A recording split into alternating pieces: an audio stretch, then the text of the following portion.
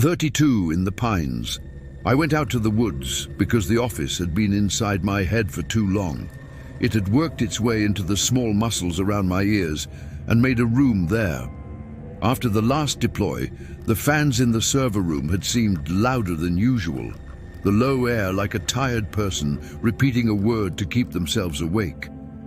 I signed out, walked down the stairwell, and felt that strain of fluorescent buzz I always get in the hinge of my jaw. The evening smelled like hot brake pads and rinsed asphalt. The traffic light at Vine and Henley clicked through its cycle with the discipline ID always depended on. I told myself I'd go to the ridge and down again, 2 hours at most, and come home in time to hear the refrigerator make the good sound when it decides to work. The ranger gate at the edge of Wakeshire Woods was open. The county had chained one side back with a loop of plastic that would have held if a person wanted to believe in it. I parked in the gravel that shoulders the ditch, put my old trainers on, took a swallow from the bottle I left under the seat. The water had that hose taste we've all decided to find charming in summer. I locked the car and the fob gave the polite beep to tell me it had done its part. Pine smell came up, a resin sweet that always lands behind my eyes, and the trail's dust coated the top of my shoes in the first 100 yards. I've lived in Henley Cove for 6 years. You learn a town noises without meaning to. The printers snap in the upstairs office when they rerunning forms. The far siren that roots down the Channel Road at sundown because accidents have their hours. The late ferry's horn when fog teaches the river humility. The barcode beeps from the corner market counting a person's week into a stripe of digital approval. The woods cut those sounds out in one step. Laurel close and nodding, Douglas fir, cedar, alder leaving its papery skins. It was the kind of wet that decides not to be rain.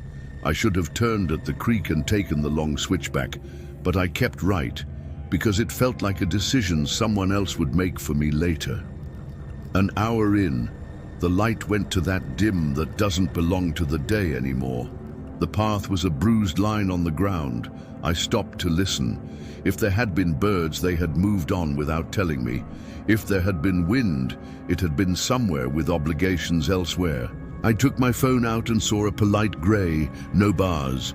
I put it back in my pocket. The bottle in my hand shone a little where the last light rubbed it.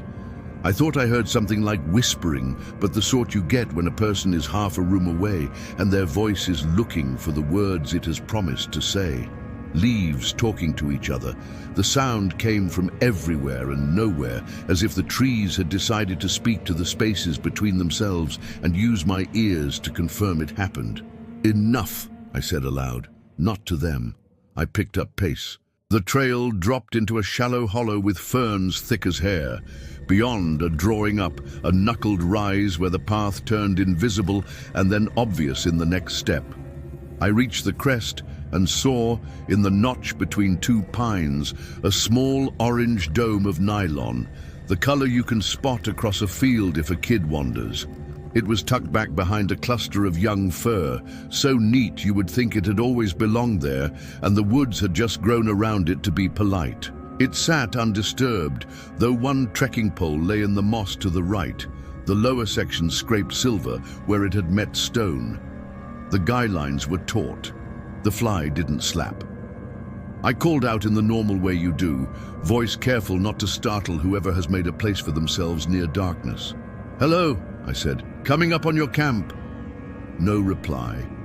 Only the ground rearranging its intention under a beetle's weight. The zipper made that small teeth-on-teeth sound when I pulled it. Inside, a sleeping bag unrolled like a decision, a half-empty bottle, a headlamp in a mesh sack, a paperback face down as if mid-paragraph. Everything held the carefulness of someone who had been told where everything belongs and wanted to honor it. I put my hand on the bag to see if the nylon kept the afternoon. Heat lifted into my palm immediately, the dense warmth people leave behind when they rise. It was the heat you get if the person has only been gone the short minutes between standing and stepping out to what? To relieve themselves, to look at the light, to take a phone call. I pulled my hand back because a person's warmth is the last thing in the world you re-entitled to steal. It should have comforted me. It did not. A dark oval stained the bag near where ribs would be, not damp. That old iron smell came up faint, like a person who touches a penny, and then their lips. I went very still and waited for the moment I thought I'd hear. The step behind me, the voice, the apology for the mess, even the human joke people scamper to when they have surprised you without meaning to. Nothing. The woods watched me the way a hallway watches when it knows who always carries a package and who never has. I backed out and let the zipper knit the air again, and the sound of it was too loud. The light had thinned until the tent felt like a locator beacon. "I'll bring someone," I said out loud, to no one or to the orange. The whisper in the trees resolved itself like the room when the projector finally finds the channel. Not words, not like a language, just a pattern my mind made into one, because it was out of better work to do. A stream of syllables my head made digits out of. I heard ones and zeros the way a person hears their name in a museum. I laughed a little, ugly and small. "Get a grip," I said.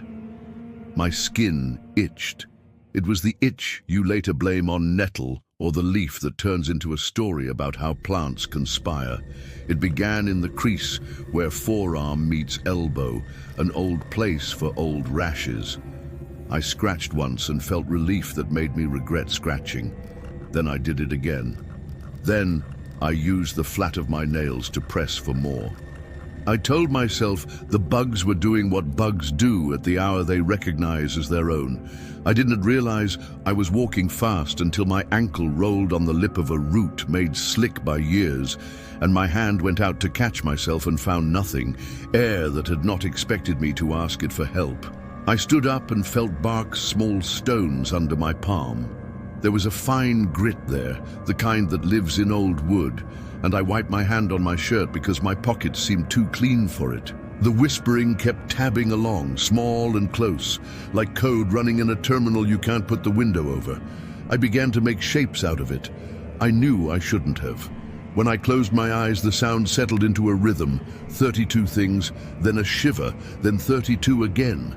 That might have been patience pretending to be logic. In a screen at work, I might have written a function to pass the noise just to prove it could break. In the woods, I told myself the function was in me and cancelled. I got back to the car by a path that was not a path, and the key beeped louder than a man coming home deserves.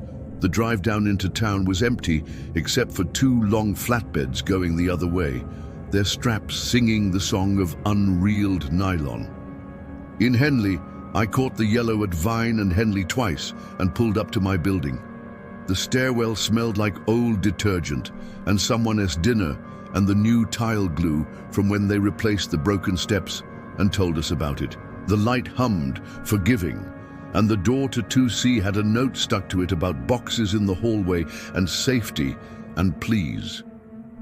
Inside, my refrigerator made the good sound, compressor clicking, the hum preserved under the day's noises. I set my keys on the bowl, took off my shoes, and put them heel to toe, because disorder so close to the floor sours my mood. I put the bottle in the sink and ran the water until the cold stopped stammering. The water tasted the way a hose does when it has been sitting in a yard all day. I filled the kettle and set it and folded the towel on the oven handle because it had twisted itself into a show of bad manners. I lifted my shirt to look at my arm. The scratch had raised. An ugly red had begun to box itself around it, the edges almost too clean. I washed it and told myself the old story about oil and shrub. I did not tell anyone about the tent because there's no economy of words I can use that allow me to feel like I've given an account and not asked for pardon.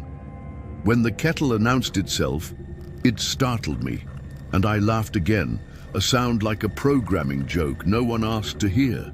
I made tea and let the bag's little cardboard sit on the counter, and the mug left its ring on the laminate, and I wiped it with the back of my hand because the towel had been folded too well for the job. My phone chittered. A message from the city about short service outages due to substation maintenance between 7 and 9. Please conserve. The power did its theatrical flicker and held. The traffic light at Vine and Henley changed outside the window, even though there was nothing to shepherd. The siren on River Road took itself upriver and then changed its mind and came back down. I slept badly because the itch, despite soap and the right thinking, found its own path. When I did fall under, the sound of skittering kept pace with my breath. It wasn't tea in the room. The old house noises and the refrigerator took attendance at their usual hour, but in that narrow space just at the ear, as if the canal carries its own small, bright alert, and now it wanted me to respect it. Code. That makes a person into a fool when they say it. Nothing about a wood ought to carry digits unless you put them there yourself, and I had not been indulgent enough to bring work into the trees. I woke at 2 and sat on the side of the bed and breathed into my hands and let the room do its counting. The cat in the next apartment scratched the wall, and the noise came through the studs in private to me, like it had snuck in under my door. In the morning, emails.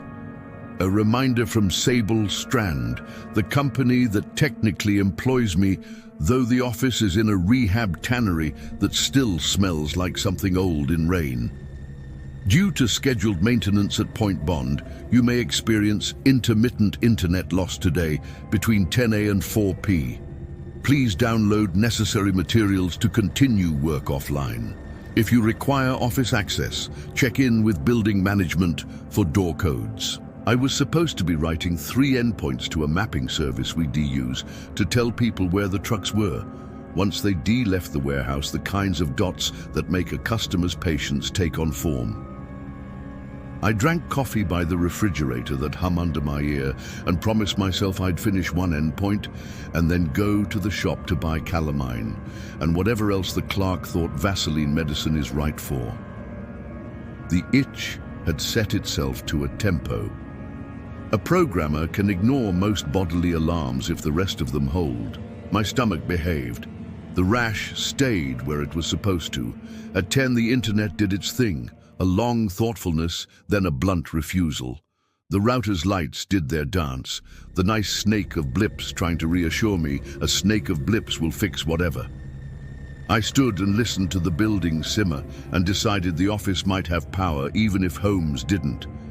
The stairwell light fixed me with its peculiar attention. The elevator's sensor beeped and then refused to be called. I walked down, past the flyers for a yard sale in Plover Heights that would never have what it promised, past the handwritten note about someone's lost cufflink, past that patch in the wall where a superintendent had stopped a leak by asking it please and then painting over its misbehavior. The tannery building had the old leather smell, the truth of its name, under the new coffee shop. The card reader at the front door beeped in its little cheap way when I held my ID to it, and then didn't let me in. Sorry, I said to wood and metal. A woman from downstairs held the door and glanced at my badge, and then at the way my shirt had bunched at the collar, because I have not learned to look like an adult who can afford the haircuts his head deserves. Upstairs, the co-work smelled like citrus wipes and warm plastic. Fans moved air between people who couldn't decide whether to keep their jackets on. The fluorescent tubes did the trick old bulbs do when the ballast has gone half-tired. My head made code out of the flicker, off on, long off, strange on. I put earbuds in and made storm noise. It's cheaper than a doctor's note. Error budgets fill the day when the network stops being quiet. I got 1 endpoint finished and, like a child bribed with a chore, was stupidly proud of it. The itch had migrated to the other arm in an equal and opposite position. The symmetry of bodies a joke you can't afford to be the punchline of. I rolled my sleeve down and kept my hands on the keys. At noon, I went down to the deli, and the barcode gun at the register chirped me and my sandwich into existence. I held the little paper plate and almost turned toward the door when I saw the traffic light at Vine and Henley Soldier through its impossible without citizens, as if the light itself had decided to perform. The beeps at the register, in pairs now because the clerk had to drive the scanner over each before the machine would recognize it, felt like someone writing a sentence I should volunteer to finish. In the afternoon, our building management sent an email apologizing for intermittent access failures, and the city posted a photo of two men at the substation with that apologetic half-crouch men take when they are forced to be photographed doing things they are not proud of. I worked to the sound of generator hums from somewhere below, and the cough of a man who wanted to prove his cough wasn't too concerning. At home, the refrigerator had warmed itself as much as it could while the power had been indecisive. It clicked on solid when I walked through the door. My apartment had the stale breath it has when it has had to behave without me. The towel had slipped off its moral axis, and I straightened it with 2 fingers, the way a man touches an acquaintance, tie. I put the receipt from lunch on the little tray by the stove, where other receipts go to be tallied on Sundays, and the receipt's paper had numbers printed on the reverse, faint little rectangles from a misprint the shop never appears to run out of. If I looked at the shadow print a certain way, the zeros and ones made ladders I had the urge to climb. I turned the receipt over like a parent scolding a kid. I slept that night without dreams I could keep. When I woke to pee, I stood in the hall and had the unpleasant sensation of being in the wrong lane in my own house, a feeling like someone had moved a desk in the dark and wanted me to appreciate the metaphor. I said the name of the cat in 2B to the empty air, as if saying a living thing's name might reassure me I share the building with beings, not an idea. I went back to bed, put my palm against my throat to feel the correct insistence, and decided that the program I'd written for the light flicker was a betrayal. By the 3rd day, the itch had settled its way along my forearms and into the tender places I only remember when I've gone to the doctor, and a person with a kind voice says, "We're going to take your blood pressure now." The marks came up in lines, a pretty regular tiling like floor squares, neat until my hand lost control and broke the pattern. I went to the mirror and lifted my arms, and had the thought a person gets when they begin to resemble something they have vowed never to be. The symmetry of it is beautiful if you lie. I took a photo for the clinic portal because a doctor looking through a phone screen is, I am told, no worse than a doctor pressed into a corner of a hallway trying to remember the question you were asking her before her pager intervened.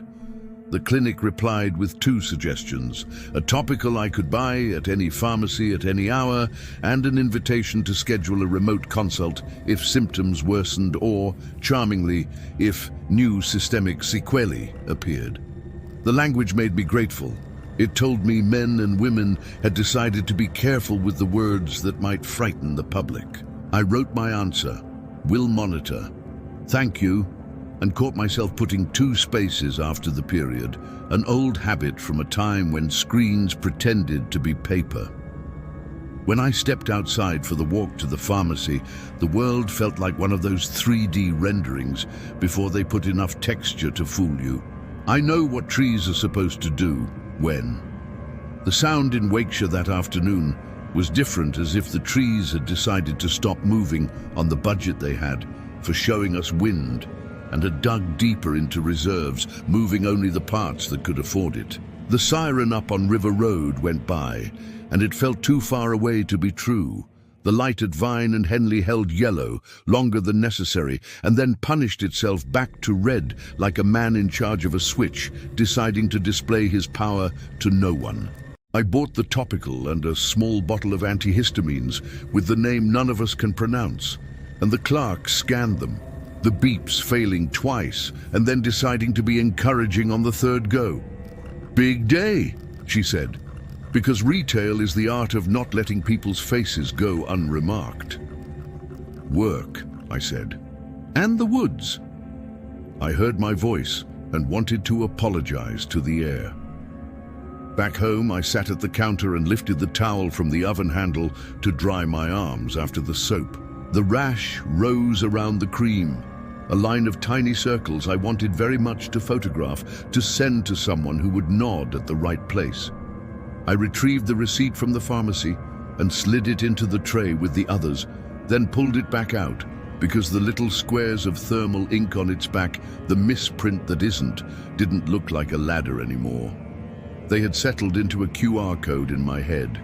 I put it under the magnet on the fridge, the lighthouse one. The souvenir my sister bought me 3 years ago at the state fair, where you can toss rings at bottles and feel for a moment like fate owes you a good pattern.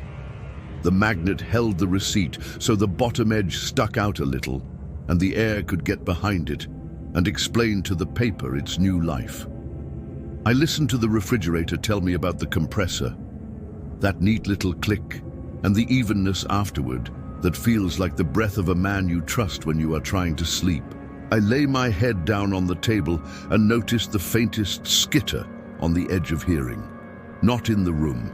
It seemed to be in me. I got up too fast, my chair complaining against tile, and went to the sink and turned the tap hard like a person who has promised never to be careful again. The water, breaking fast against the bowl, gave me something else to listen to until it wasn't useful. The night did not go quickly, and when morning came, it decided to play games with the light. There were times the streaks across the floor from the blinds made bars I thought of code in, and found a pattern that could have been a key. I forced myself to ignore it, because the urge to decode mundane things is a teenager's flaw, the worst kind of learned magic.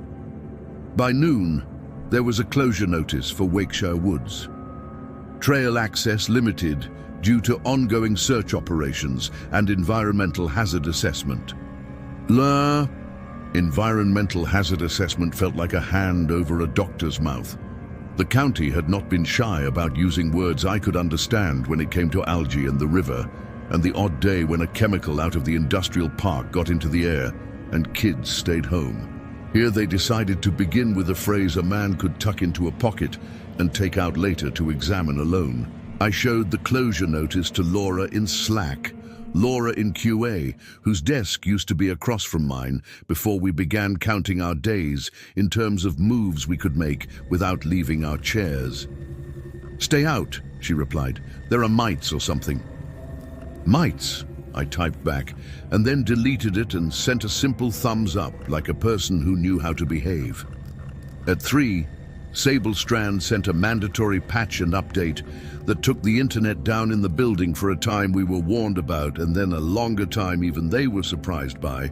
The building manager taped a notice in the lobby asking us to boil water again for 2 days, out of an abundance of caution. The phrase our town has adopted when it cannot decide which fear we are allowed.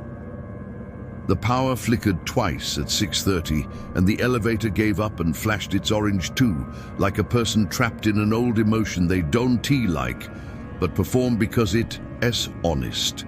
The itch on my forearms had become something else. Not itch, not pain, a kind of crawling. As if, under the skin, a low-budget version of a transit system had been built, and now the cars had their schedule. I would not have written it down if you had paid me, but alone in my kitchen, I traced the line with a finger, not touching the way a child stands and looks at an ant and knows adults want to let him, and found the pattern.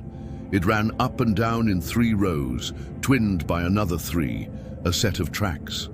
I thought of the orange tent and its heat. I thought of the bag-stained iron oval near the human place, and I put my palm to my ribs and felt the old breath.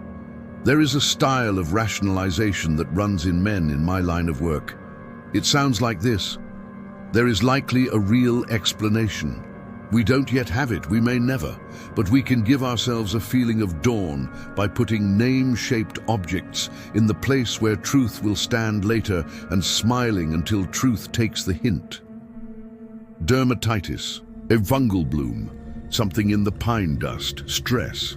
There were studies that said stress does things to a person's skin. They said it in a way that made me want stress to do something else. I avoided mirrors because they are the worst kind of auditor. I did not go to the woods because the county had asked nicely, and then in all capital letters, and then with a map with colored shapes that made me decide I could be loyal for 72 hours. I slept, then woke and listened to the refrigerator and the distant siren and the neighbor's late barcode beeps. I don't even know what she was scanning at midnight. Maybe a bag of chips, maybe a memory of a bag of chips, until the pattern decided to be kind. On the fourth day, I returned 2 library books I hadn't read because there is a lesson in that I haven't learned. The scanner at the desk didn't register one of them until the librarian did that motion with her wrist. A little twist that tells the laser where to look. "You okay?" she said, the way a person says it when she sees the set of your shoulders from 50 feet. "Fine," I said, because if you can say it without cracking, you get to keep it. I thought I could hold until the county rescinded their caution.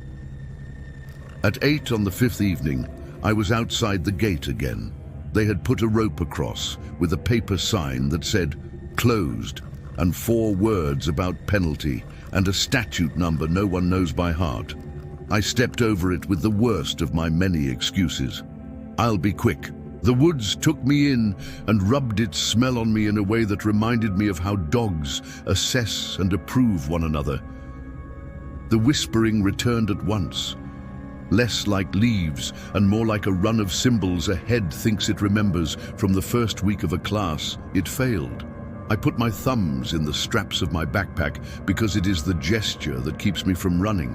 Up the hollow, bones of ferns lifting, down into a pocket of cedar damp, up to the notch. The orange was not there. My heart did a thing that told me I'd counted wrong for days. The ground had a clean rectangle pressed into the duff where the tent had been. Idiot me, I thought. Of course a tent would be lifted from a site under a closure. I stepped inside the rectangle with the reverence of a person standing where another person had stood and felt the ground do nothing more than take my weight. I knelt and put my hand where the head of a person would be if he had lain there to be warm and had expected to rise. The dirt was cold, and the cold felt old. I saw a scrap of nylon caught up on the branch of a young fir, a corner ripped from a fly maybe, the whole a neat mouth. On another branch, a bit of cord, hack cut, no blood on any of it, because that isn't what this story does. On the path downhill, a smudge of mud that told me about boots and about a careful heel and a story I had not been invited into. The itch came back with a census-taker's diligence. Every space counted, no exceptions made for circumstances. I walked home because the radio in me had decided it had a program to play. I stepped off the curb when no one was coming. The traffic light at Vine and Henley clicked, and the yellow held, and the green pretended to have hands ready for me. The siren moved somewhere else, what couldn't be moved here. I went upstairs, and the stairwell light had burnt out, and someone had dragged a lamp to the landing, and the cord stretched from a door with a note that asked, "Please return by 10." The elevator beeped in its lonely way and said nothing else. In my apartment, the refrigerator had given up on cooling a thing I should have thrown out 2 days ago. I put my ear to its side and listened to the little click that began the hum and felt for the first time in a week like I had company. I opened my laptop. The endpoint I'd written for the trucks sat there in the editor. It looked like an animal caught in a museum. I scrolled, and the code moved with me the way a rug does underfoot when you aren't careful. I opened a new file and wrote, without meaning to, a function that would pass a string into pieces of 32 and then turn each into a number. And I thought, idiot, what are you doing? And pushed the laptop away with the heel of my hand. The screen caught the yellow of the light and became a mirror and showed me a person I could almost recognize. At 3 in the morning, I woke to the sensation of a small footstep inside my left ear. It is ridiculous to say it. The mind makes shapes out of sensations because it is bored and too eager. The sensation was that of something walking, careful, along the inside of me. I put a finger in my ear with the delicacy of someone testing soup. There was nothing. When I removed the finger, the step returned, then a second, another. I lay still and listened and made a mistake. I tried to count the steps. 32 I got to, and then the skitter paused, and my chest did that child rise when a parent comes into a room. Then 32 again. That was the pattern I had decided to find. It might have been the way we are made to organize fear. It might have been fear organizing me. The next day I called the ranger station because the version of me that still believes in offices felt brave or lacked choices. The phone rang and rang, then the calm voice told me about hours and staffing and to visit the website for closures. I left my name. I said, about the tent, and then said nothing else, because sometimes a person in a room not your own deserves the courtesy of silence. I went to work because a person who doesn't turn up, finds people he likes, will take up the slack, and he cannot bear that easily. The office hummed. The fan on the ceiling that is too big for the room made a circle that suggested a sentence unfinished. When I reached for my mug in the kitchen, my wrist brushed the towel on the oven handle. Whoever had dried their hands there had done it in the way I do when I promise myself better later. The towel's pattern made little white gates. The mug left a wet ring on the counter. I wiped it with my palm without thinking and felt in the lines grit that had no business being indoors. The building manager sent a notice. Boil water advisory extended through Sunday. The city sent another. Please do not use hose taps to water landscaping. Our crews are out. We appreciate your patience.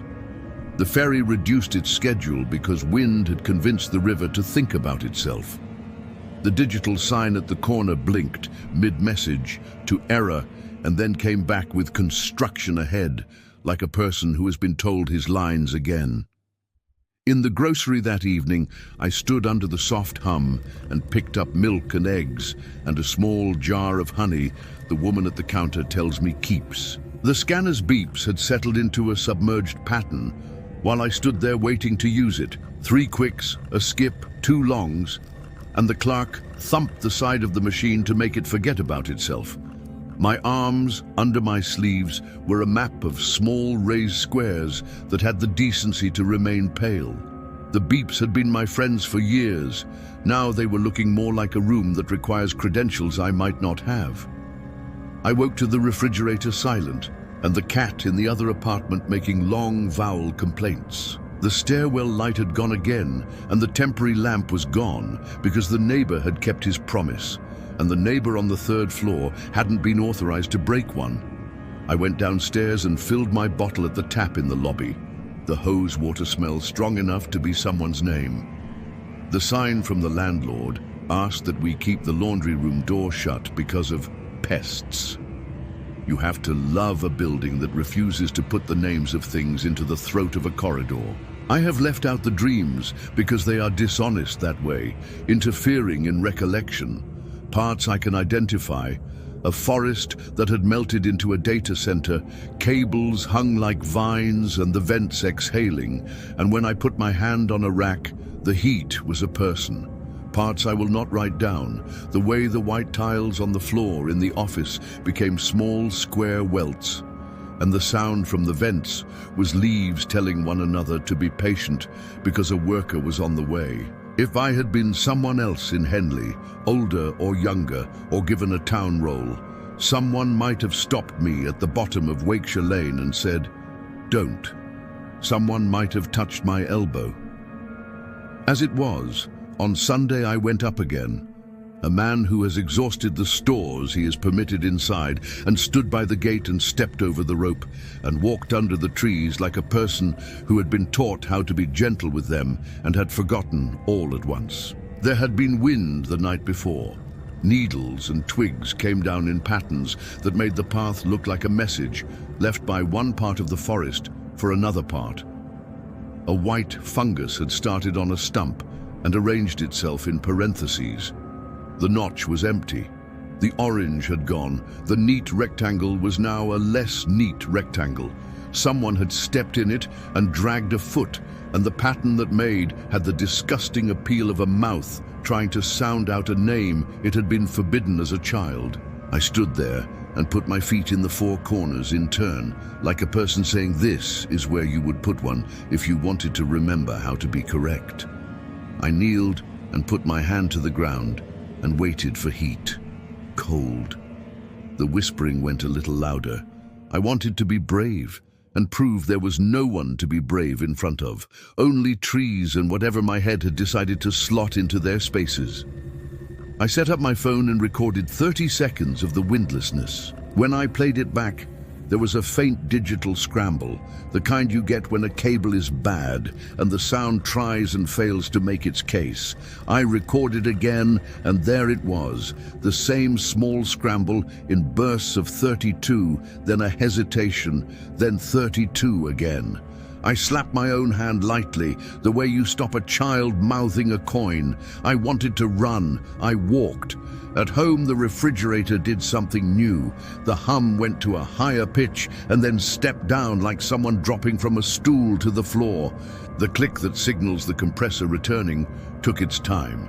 I stood there with my hand on the side of it, palm to the thin enamel, and murmured my apology to a machine. The towel on the oven handle had acquired a little smear of something on the pattern. Pine dust. My own rash had left a memory of cream. I put it to the wash, even though the laundromat in the basement had been made off limits until Tuesday. At the earliest, the building manager not wanting people to stir whatever they had announced in the lobby, we were not putting names to. The lighthouse magnet had collected receipts as if paper were the one thing I could hold. I sorted them with the idiot tenderness I reserve for small routines. Corner market, deli, pharmacy, coffee, a hardware stub from a month ago, lunch 2 Wednesdays back. I unfolded the pharmacy receipt and tried to ignore the faint grid that the press had accidentally printed on the reverse. If I held it to the light, the grid trembled and settled into boxes, a neat, checkered city. I made the mistake of shading it with the side of a pencil because the human mind is at times a child. The boxes darkened. In them, the pencil left small prints of squares and circles and a glitch that looked like the corner of a tent snagging on a fur. On Monday morning, the city sent another message about the woods, additional closures, a volunteer call. Please refrain from entering posted areas. I sent an email to the ranger station, and the server gave me a friendly machine response, and I wanted very badly to write back to it, and to you, like a person who cannot keep his sympathies clear. The dishwasher in my apartment made sloshing sounds at odd intervals, even though it was empty and had not been run. When I put my ear to the counter, I could hear the slightest static, like a radio in a neighbor's room before a song begins. I held still and realized it wasn't in the counter. It was in me. It was what I had been hearing since that first night. It sat in my ear like a person in the library at a table, turning pages politely. My skin crawled, then calmed. Under my palm, just above the wrist, something moved a fraction to the right. It was not bug walking. The sense you get when people say that is wrong. It was like a small line of heat slid. I lifted my hand away and watched. Nothing. I put my palm there and waited, and it came again. A slow, tiny procession under the skin. A shift. It traveled the pattern the welts had made, and slowly, as if it had to ask permission of each square, it arranged itself into a block. I would have thought I was imagining it if the pattern hadn't T-held, when I looked away and back again and found it a little further along. 32. A pause. 32. Another line above. I took a breath through my nose and let it out like an apology for having a body. I called my sister and did not leave a message because a message I would be brave enough to put into a phone for her is not a message I would be kind enough to let her have. I texted Laura in the style we reserve for extremes. You ever get a rash that moves? She replied with a picture of her forearm and a caption, from stress only, and a sticker of a small cartoon heart raising its eyebrows. I sent a thumbs up. I closed my eyes and put my head against the refrigerator and listened to the compressor tell me the news from the other room. We are still on. We are still on. We are still on. In the afternoon, the building manager asked us to keep to our apartments open only to necessary egress. A contractor in blue came to the building with his face set, propped the front door with a cone, and went down to the basement. Upstairs, the stairwell light buzzed hard for 15 seconds and then lost interest. A woman knocked on doors with a paper from the county health office asking for signatures on a line that said we had been notified about water testing in our building on Thursday from 8 a.m. to 10 a.m. I signed. The pen was the kind with a retractable top that makes a small, brave noise. "It's nothing," the woman said gently, and I nodded because I could not bear to be the person who made her prove it. At the store that evening, I bought nothing I needed, and 2 things that would go bad in a day, because a man cannot always be as sensible as he plays at. The scanner chirped, and while I waited in line, the security monitor showed us all from above. Convex, the store made into a fisheye, and I watched people move under the curve with a tenderness that embarrassed me. A little boy dragged a parent by the sleeve to look at the freezers. A teenager touched each can in an aisle like he was tuning an instrument. I turned to the side, out of habit, and my face in the convex mirror became somebody else's. Then the person moved behind me, and my face returned, but thin. It took longer than it should have for the thinness to go. That night, the refrigerator stopped for long enough silence to be remarkable. I stood in the kitchen. The air without the hum had a static that got in my ears. The stairwell light didn't believe in us. The cat next door scratched and stopped. When the refrigerator's compressor clicked back on, I said out loud, "Thank you," and meant it for everything. I've been careful with my one place in this town. My towel on the oven handle hangs straight. The sink's rim is wiped.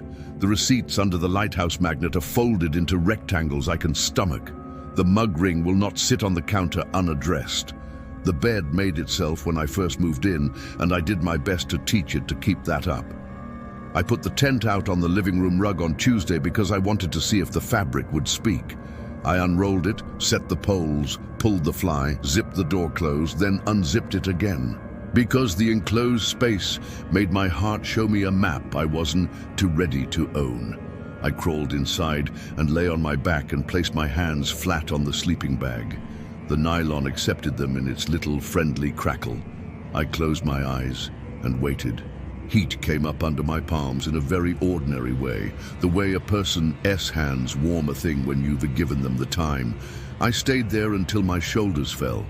In the night, the tent sighed. The air moved inside it at the level of the floor, not a draft from a window or the careful breath of a heating vent, but a kidney-level movement, a person moving their leg under a blanket in sleep. I listened. Then the skitter returned. Not on the floor or in the curtains, but in me, the little data noise I could have told you, if you had been careless enough to ask, was in bursts of 32. I put my hands in my armpits and talked my breath down, as if I were a child in public, needing to be told how to behave without anyone else noticing. I moved everything out of the hallway, the console table with its plant that always indulges me, the shoe rack, the framed print from a flea market I tell visitors is a cousin's and is not. I stood where my hallway narrows and you get that childish thrill. The squeeze your body remembers from places you were proud to escape. I stared down toward the bathroom. I put my arms to my sides. I stood still. My body's heat made a thin layer around me, that film I think hospitals write about when they pretend they can see such things. In the first minute I stood there, nothing happened. In the second, in the small of my back, the same cool draft I had felt in the tent went to work in the air. I didn't turn. Turning is a choice, and I have learned where it belongs. I stood a minute more. When I stepped back, the place where my feet had been felt under my heels, hotter by a degree. After that, I could not pretend my apartment belonged to me like it had. The living room corners leaned a little toward where I stood when I wanted to be politely talked out of an argument. The stairwell waited a half beat before giving me back my echo. The elevator beeped twice when I called it, then refused to be the thing I asked. The refrigerator kept its promise beautifully. I stopped going to Wakeshire. The county told us the hazard assessment would continue, and I believed that they might be doing a real job, even if the words were wrong. I slept in the tent on my living room floor because the bed is a poor place to talk to yourself out loud. I woke with my palm on my ribs and the heat under it like a person. I dreamed something that may have been a sketched wiring diagram and woke with the word trunk in my mouth, as if my body were making tree jokes, and I do not deserve puns like that. I flushed the tent earlier next morning than my neighbors would have liked because I wanted to trade one sound for another.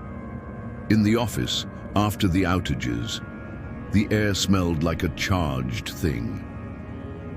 My ID opened the door on the first try. The fluorescent made a case for itself. The fans in the ceiling cut circles out of thoughts I didn't need anyway. I sat and wrote the second endpoint for the trucks, because trucks are where I can keep a promise. "You look better," said the security guard. In that way, people mean you look marginally less like a window. I replied by being the sort of man who nods and does not punish the guard for being kind. At lunch in the deli, the barcode beeps came in singles, which was merciful. I counted them anyway. The man at the next table counted his change twice without looking at it.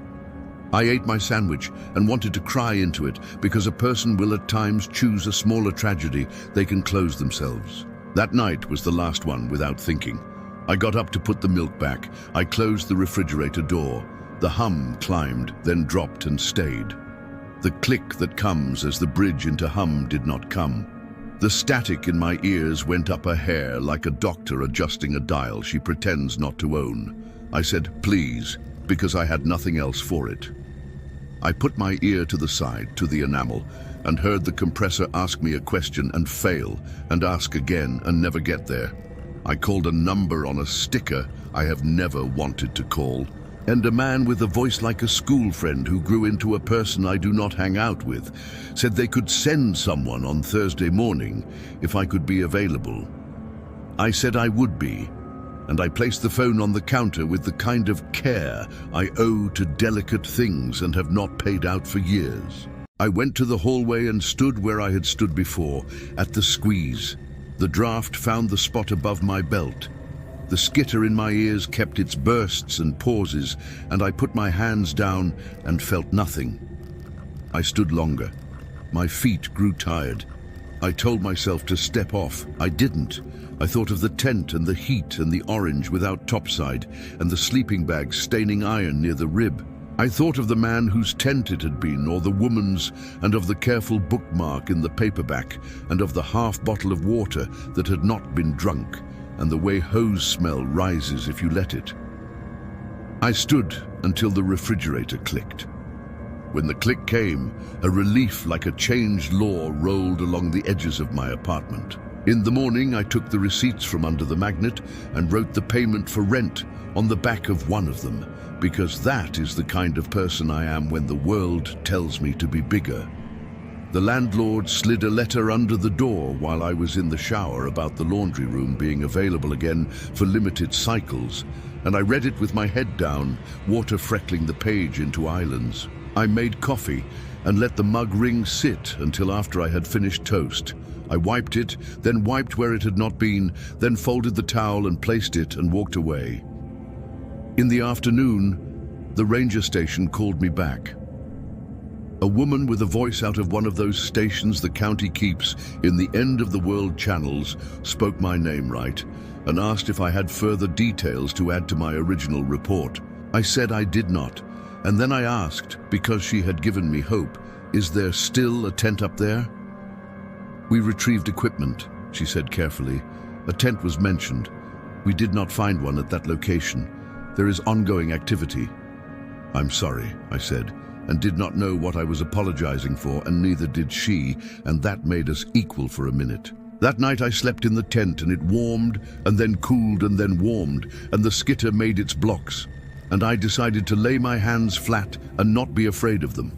When I woke, my palms were red in small squares, and the tenderness there made me think of children's toys. The refrigerator had held the night. The stairwell light had died again. Someone had wedged a lamp in the gap. It was all the kindness I could stand. The story ends on a small thing, the only kind we are allowed. After work on Friday, the county rescinded the boil water and then reinstated it for only the streets below the rail yard, and then rescinded it again because the lab work had been a mess, and they were trying to be sober with us. The gate at Wakeshire remained roped, and in the newsletter, the ranger mentioned a planned controlled burn, as if fire could be planned the way adults write lists. The ferry adjusted its schedule to match the tide's mood. The corner market scanner worked perfectly for a full day, and the clerk wrote something on her hand in a careful pen. The elevator in my building held us all for a breath, and then did what it was supposed to. That evening, at the edge of sleep, I heard the skitter again and thought, like a person at last ready to admit he has loved something awful, fine. It arranged itself in me into 32 and into 32 again, and then into a different generosity, a human number that means nothing to anyone else. I put my hand on my ribs and felt heat and not heat. In the hallway, the place where I had stood felt warmer and then cooled. In the tent, on the living room floor, the sleeping bag accepted the shape of a person and gave it back to me. The refrigerator clicked and started and hummed, and somewhere up in the trees, something made leaves rub leaves in a way you could call speech if you were cruel. In the morning, I found two shallow ovals pressed into the rug near the narrow part of the hallway, as if someone had stood very still and learned what standing is for. I placed my feet in them, and I stood a minute because it seemed polite. Then I went into the kitchen and filled the kettle and boiled the water even though the county had let us off, and I wiped the ring after, and then went back and looked at the ovals, and they were gone, which is how, nothing is a promise. I do not go to Wakeshire anymore when there is a chain across the gate, and I do not stand in my hall unless there is a reason, and when I hold my hand to my ribs and there is warmth there, I pretend that is because I am the kind of person who gives warmth back to a place when it has tried to be polite to me.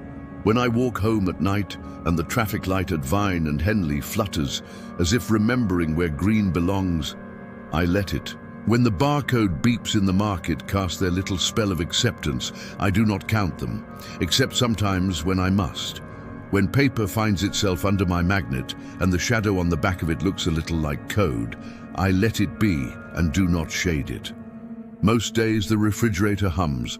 On the days it does not, I stand in the hall and give it a minute, and then the click, good as always, returns, like a friend coming back from a walk around the block in weather that makes you remember you are an animal among animals.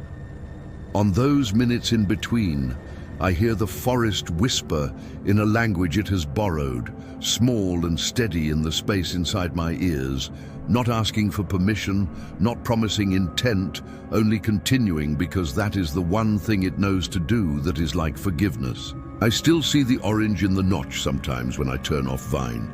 It is not there. It might never have been. If somebody asks me what happened, I will say that once I put my hand on a sleeping bag and it was warm, and I understood in the exact size of my palm what it means to find a person's heat after they've be gone. Then I will ask them if they hear beeps when there is no scanner, if the stairwell light has ever explained a day to them, if the hose smell of water ever takes them to a childhood where they felt safe even when they were not. If they say yes, I will not know what belonging that is, but I will put the kettle on and wipe the ring and straighten the towel and let them stand in the narrow part of my hallway and feel the air cool against the backs of their knees, and we will stand in silence that belongs to someone who hasn't arrived yet.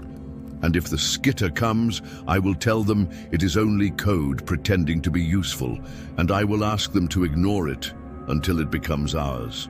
If this story lands with you, please like the video, subscribe, and share it with someone who enjoys quiet, literary horror. Comments are open. Tell me your favorite image or line.